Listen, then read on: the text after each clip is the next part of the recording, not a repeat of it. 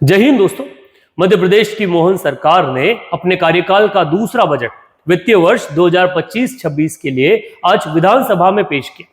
यह बजट मध्य प्रदेश के उप मुख्यमंत्री व वित्त मंत्री जगदीश देवड़ा द्वारा पेश किया गया।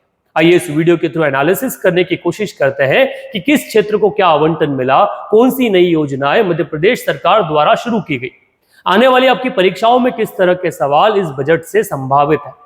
मध्य प्रदेश के इस बजट की चर्चा की जाए तो इसका मिक्स रिएक्शन मीडिया में देखने को मिला। जो लोग सत्ता पक्ष से हैं उनके हिसाब से यह बजट हर साल की तहत ऐतिहासिक है, इससे मध्य प्रदेश के भविष्य में बड़ा बदलाव देखने को मिलेगा।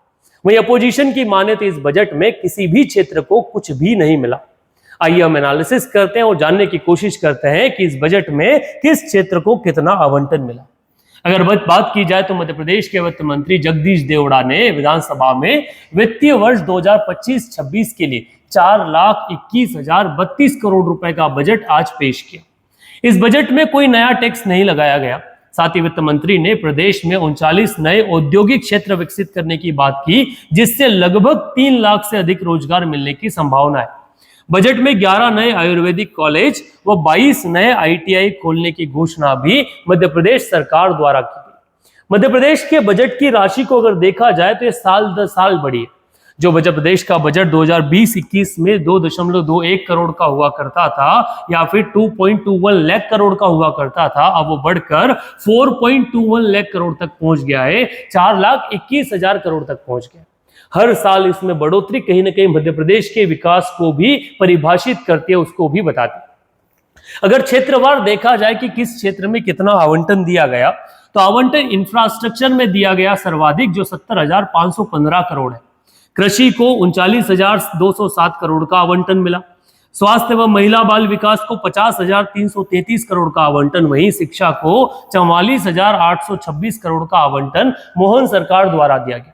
रोजगार के लिए सरकार 4,835 करोड़ रुपए खर्च करेगी, वहीं सिंचाई के लिए 17,863 करोड़ रुपए, ऊर्जा के लिए 19,000 करोड़, जल जीवन मिशन के लिए 17,135 करोड़ रुपए सरकार द्वारा खर्च किए जाएंगे। वहीं संस्कृति संवर्धन के लिए 1,627 करोड़ रुपए खर्च करने का प्रावधान मध्य प्रदेश सरकार में रखा है। अगर इसी आंकड़ों को प्रतिशत में समझा जाए तो अधोसंरचना क्षेत्र को 17%, कृषि क्षेत्र में 9%, स्वास्थ्य में 12%, शिक्षा में 11%, सामाजिक क्षेत्र में 6%, नगरीय एवं ग्रामीण विकास में 12%, सांस्कृतिक क्षेत्र में 0.4%, रोजगार में 1%, सामान्य सेवाओं में 9% और ब्याज भुगतान में 7% का खर्च मध्य प्रदेश सरकार द्वारा इस वित्तीय वर्ष में किया जाएगा। यह अनुमान है। इस बजट में अगर बात करें तो 20 ऐसे पॉइंट्स हैं जिनमें सरकार ने कुछ नई घोषणाएं की, कुछ नई चीज लेकर, जिनमें एक नई घोषणा के नाम पर, नई योजना के नाम पर सीएम केयर योजना शुरू करने की चर्चा की। साथ ही मुख्यमंत्री सुगम परिवहन योजना, धार में डायनासोर जीवाश्म राष्ट्रीय उद्यान का विकास, वहीं डिंडोरी में घुघुआ जीवाश्म राष्ट्रीय उद्यान का विकास, वन विज्ञान केंद्र की स्थापना, अविरल निर्मल नर्मदा योजना की शुरुआत, जिला विकास सलाहकार समिति का गठन करने की बात की गई। साथ ही धरती आबा जनजातीय उत्कर्ष ग्राम अभियान शुरू करने की चर्चा की। मुख्यमंत्री समृद्ध परिवार योजना की घोषणा, साथ ही राज्य स्तरीय बीमा समिति के गठन की भी घोषणा मध्य प्रदेश सरकार द्वारा इस बजट में की गई। साथ ही साथ डिजिटल यूनिवर्सिटी और राष्ट्रीय रक्षा विश्वविद्यालय की स्थापना की बात, लोकमाता देवी अहिल्या कौशल विकास कार्यक्रम शुरू करने की चर्चा, सीएम युवा शक्ति योजना की शुरुआत या मुख्यमंत्री मछुआ समृद्धि योजना की बात की। स्वास्थ्य एवं आंगनवाड़ी सेवाओं के लिए एकीकृत अधिसंरचना की चर्चा, साथ ही निजी निवेश में संपत्ति के निर्माण की बात की। सोशल इंपैक्ट बॉन्ड जारी होने की चर्चा की गई। मुख्यमंत्री मजरा टोला सड़क योजना की चर्चा की गई, जिसमें ऐसे एरिया जो प्रधानमंत्री ग्राम सड़क योजना या मुख्यमंत्री ग्राम सड़क योजना से वंचित रह गए, उन एरिया में भी पक्की सड़क निर्माण की बात इस बजट में की गई। साथ ही क्षतिग्रस्त पुलों को फिर से निर्माण करना व मुख्यमंत्री वृंदावन ग्राम योजना की शुरुआत इस बजट से करने की घोषणा मध्य प्रदेश सरकार द्वारा की। अलग अलग कुछ प्रमुख योजनाओं की अगर चर्चा की जाए, जिनमें आवंटन की बात की जाए, तो मध्य प्रदेश वर्तमान में गौशाला में आहार को लेकर जो प्रति गाय 20 रुपए मिलता था रोजाना, उसे बढ़ाकर 40 रुपए किए जाने की घोषणा मध्य प्रदेश सरकार ने की। राष्ट्रीय उद्यान में बफर क्षेत्र में वन्य जीर्ण और प्राणी और मानव का जो संघर्ष है उसको रोकने के लिए 3000 किलोमीटर की फेंसिंग की घोषणा भी मध्य प्रदेश सरकार द्वारा की। लाडली बहना योजना को जो 1250 रुपए मिल रहे हैं वही मिलते रहेंगे, इसमें कोई बढ़ोतरी नहीं की गई। परंतु लाडली बहना योजना को अटल पेंशन योजना से जोड़ने का घोषणा की गई। साथ ही साथ केंद्र सरकार की प्रधानमंत्री जीवन ज्योति योजना और प्रधानमंत्री जीवन सुरक्षा योजना साथ ही अटल पेंशन योजना से जोड़ा जाएगा, जिससे उन्हें बीमा कवर मिल पाए। अनुसूचित जाति जनजाति का जो अत्याचार निवारण के लिए 25 करोड़ का प्रावधान किया गया। साथ ही साथ अलग अलग स्कूल्स की चर्चा की गई और बेगा भारिया में कुपोषण मुक्ति के लिए 1500 रुपए जो हर महीने दिए जा रहे हैं महिलाओं को, उनको जारी रखने की चर्चा की गई। साथ ही साथ सरकार ने कहा कि विशेष पिछड़ी जनजाति बहुल क्षेत्रों में पीएम जनमन योजना में 53,000 से अधिक आवास बनाए हैं। बच्चों की शिक्षा के लिए 22 नए छात्रावास बनेंगे, इसकी घोषणा मध्य प्रदेश के वित्त मंत्री ने की। जो सीएम केयर योजना और मुख्यमंत्री सुगम परिवहन सेवा योजना के आधार पर स्वास्थ्य क्षेत्र में सीएम केयर योजना और परिवहन के लिए मुख्यमंत्री ने सुगम परिवहन योजना की शुरुआत की। मुख्यमंत्री कृषक उन्नति योजना शुरू होगी, जिसमें अलग से अगर कहा जाए तो पेमेंट जो मॉनिटरी हेल्प है वो किसानों को दी जाएगी। इसके अलावा वाहन खरीदी पर जो पहले स्क्रैपिंग पॉलिसी के ऊपर 15% की बजाय अब 25% की जो छूट है वो छूट करने की घोषणा भी इस बजट में मध्य प्रदेश सरकार द्वारा की। अगर ये देखा जाए कि किसे क्या मिला, किसानों को, गरीबों को, युवाओं को और विद्यार्थियों को, तो वन बाय वन इन चीज को समझा जा सकता है। अगर किसानों के लिए सबसे पहली चर्चा की जाए तो किसानों को धान पर प्रोत्साहन राशि के रूप में 850 करोड़ रुपए का प्रावधान किया।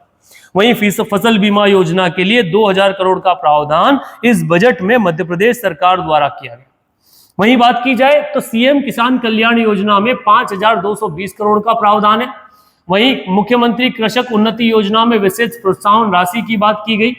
किसानों को ऊर्जा पंप के लिए पीएम कृषक मित्र सूर्य योजना में 447 करोड़ रुपए का प्रावधान किया गया।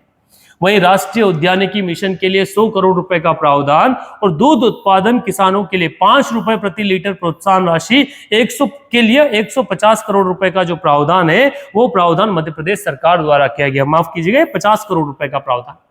खेती रिसर्च के लिए कृषि विश्वविद्यालय जबलपुर और कृषि विश्वविद्यालय ग्वालियर को 40 करोड़ रुपए का विशेष आवंटन जो है मध्य प्रदेश सरकार द्वारा इस बजट में किया गया। वहीं इसके अलावा किसानों को बिजली सब्सिडी के लिए 19,208 करोड़ रुपए का प्रावधान है।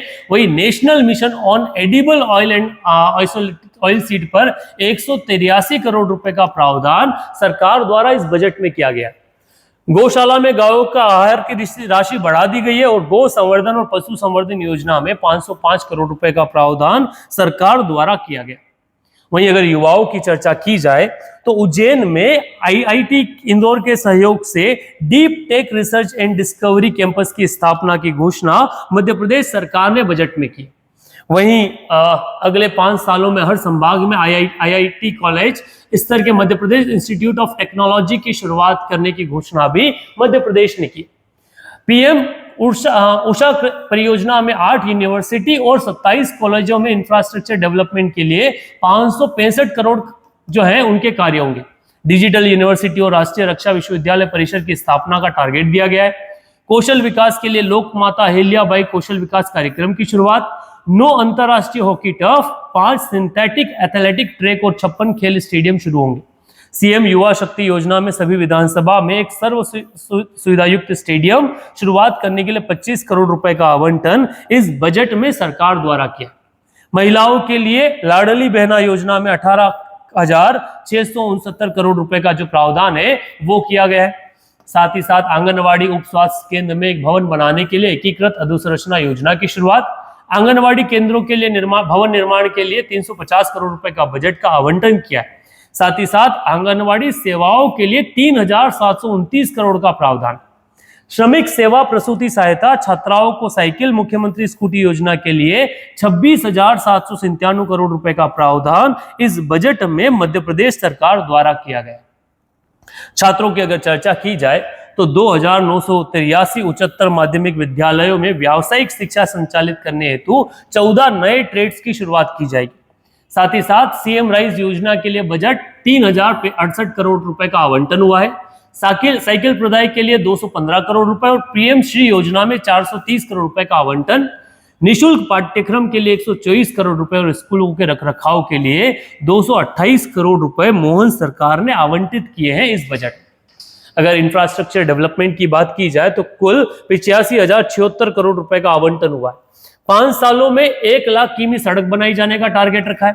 1000 किमी सड़क निर्माण में 5200 किमी सड़कों के नवीनीकरण का टारगेट भी पूरा करने की बात की। 3500 किलोमीटर की नई सड़क और 70 पुल बनाए जाने का टारगेट रखा है। साथ ही साथ 100 करोड़ रुपए का प्रावधान गांव के लिए सीएम मजरा सड़क टोला जो सड़क योजना है उसके लिए मध्य प्रदेश सरकार द्वारा किया। 100 करोड़ क्षतिग्रस्त पुलों के लिए और 16,436 करोड़ रुपए पुलों और निर्माण जो अधोसंरचना है उनके डेवलपमेंट के लिए मध्य प्रदेश सरकार द्वारा आवंटित किए गए। इसके अलावा अगर बात की जाए तो लाडली बहना योजना की राशि नहीं बढ़ाई जाएगी और जिनको अगर कुछ एडिशनल फैक्ट्स के बारे में बात करें तो मध्य प्रदेश में सिंहस्थ के आवंटन के लिए मध्य प्रदेश सरकार ने लगभग 2000 करोड़ रुपए का जो बजट है वो अब की बार आवंटित रखा है। यह मध्य प्रदेश सरकार द्वारा अब की बार जारी किया गया बजट है जिनमें हर क्षेत्र को कुछ न कुछ आवंटन जो है सरकार द्वारा दिया गया। बजट को लेकर आप क्या ओपिनियन रखते हैं कमेंट बॉक्स में जरूर लिखें।